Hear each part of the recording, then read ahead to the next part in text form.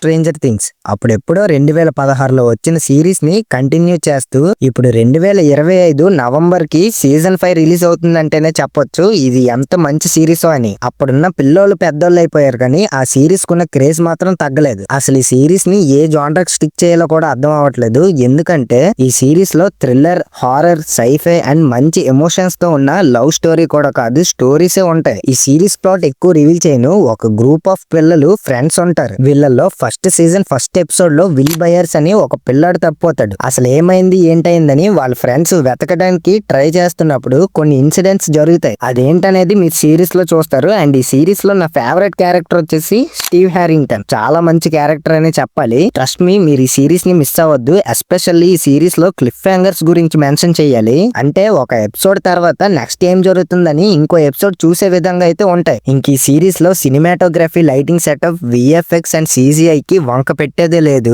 ఇంకా మ్యూజిక్ అయితే ఎక్కడైనా ఈ సిరీస్ మ్యూజిక్ వింటే సిరీస్ లో ఉన్న సీన్స్ గుర్తొచ్చేస్తుంటాయి. అంత బాగుంటది మ్యూజిక్ అయితే.